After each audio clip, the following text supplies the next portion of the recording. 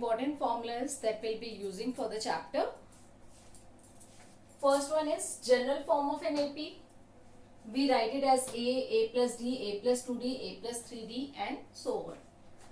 General or nth term of an AP, AN is denoted by A plus N minus 1D. Then comes common difference, the number which is being added to get the next term.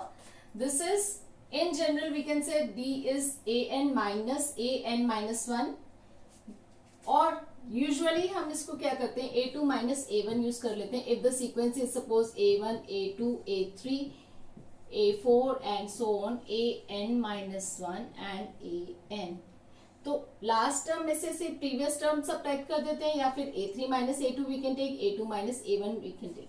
So usually we go for this one when we calculate the common difference.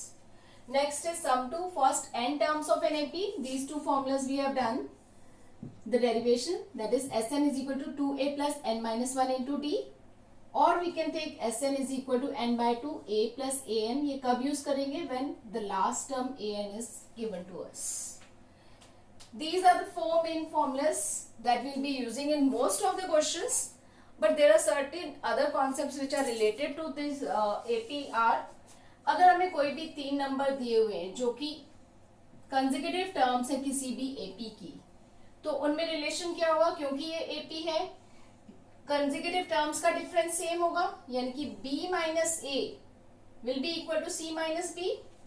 यहां से हमारे पास आ जाएगा if I transpose B on left side A on right side 2B is equal to A plus C, और I can say B is equal to A plus C, यानी कि जो मिडिल टर्म होगी इस केस में, middle term will be equal to A plus C by 2, यानी कि this is equal to mean of other two terms.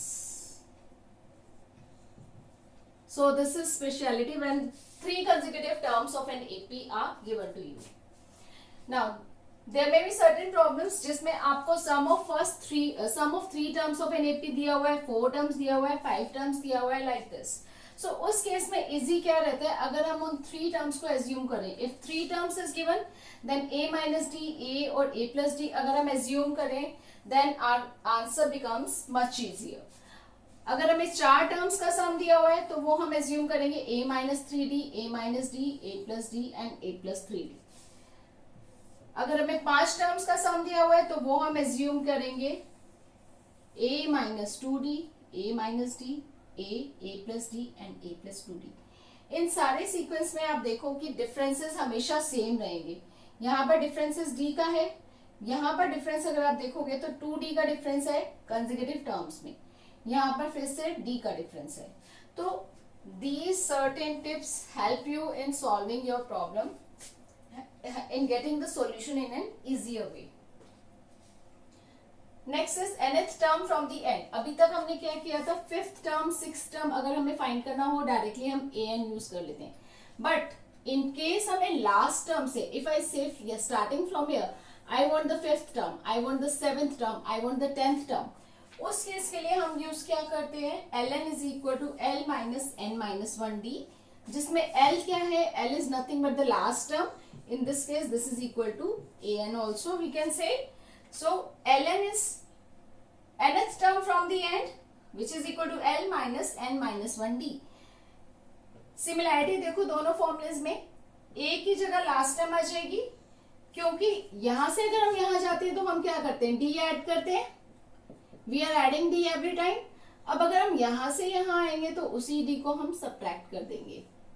सो जितनी position पे हमें चाहिए उससे एक कम हम d सब्ट्रैक्ट कर देंगे, यानी कि l minus n minus 1d will give you nth term from the end. Now next formula is nth term of an AP whose sum to first n terms is given. Sum to first n terms is given by Sn. So if the AP is A1, A2, A3, A4, A5 and so on. Let's take second last term is an minus 1 and last term is an. अब इसमें हमें Sn का formula दिया हुआ है. Sn से हम क्या कर सकते हैं? S1 निकाल सकते हैं, n की जगह 1 सब्स्टिट्यूट करके, n की जगह 2 सब्स्टिट्यूट करके हम S2 निकाल सकते हैं एंड सो ऑन. S1 का मतलब सिर्फ फर्स्ट टर्म का सम, यानी कि S1 is equal to A1, S2 का मतलब सम ऑफ फर्स्ट टू टर्म्स यानी कि A1 plus A2. S3 means sum of first three terms. Proceeding same way, Sn is sum of these n terms. Sn minus 1 क्या हो जाएगा? Sum of first n minus 1 terms. So इस सम में से अगर हम ये Sn minus वाला सब्ट्रैक्ट कर देंगे तो हमारे पास ये वाली टर्म आ जाएगी. So which gives you formula for An. So that is An is equal to Sn minus Sn minus 1. ये फॉर्मूला हम कब यूज करेंगे? जब हमें Sn दिया हुआ है, तब हम डायरेक्टली ये वाला फॉर्मूला यूज करके nth टर्म AP की निकाल सकते हैं. So these are certain important formulas that will be used in the chapter in solving the problem.